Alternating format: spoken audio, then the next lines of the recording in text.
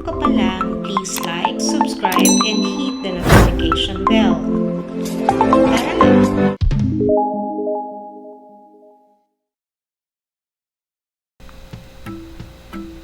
Hello guys!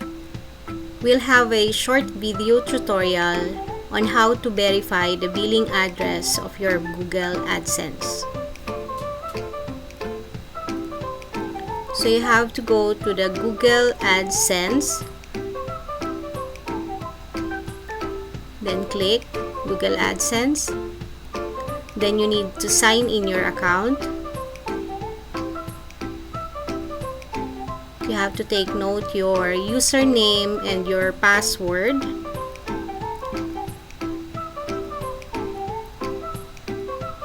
And then you log in. Then next.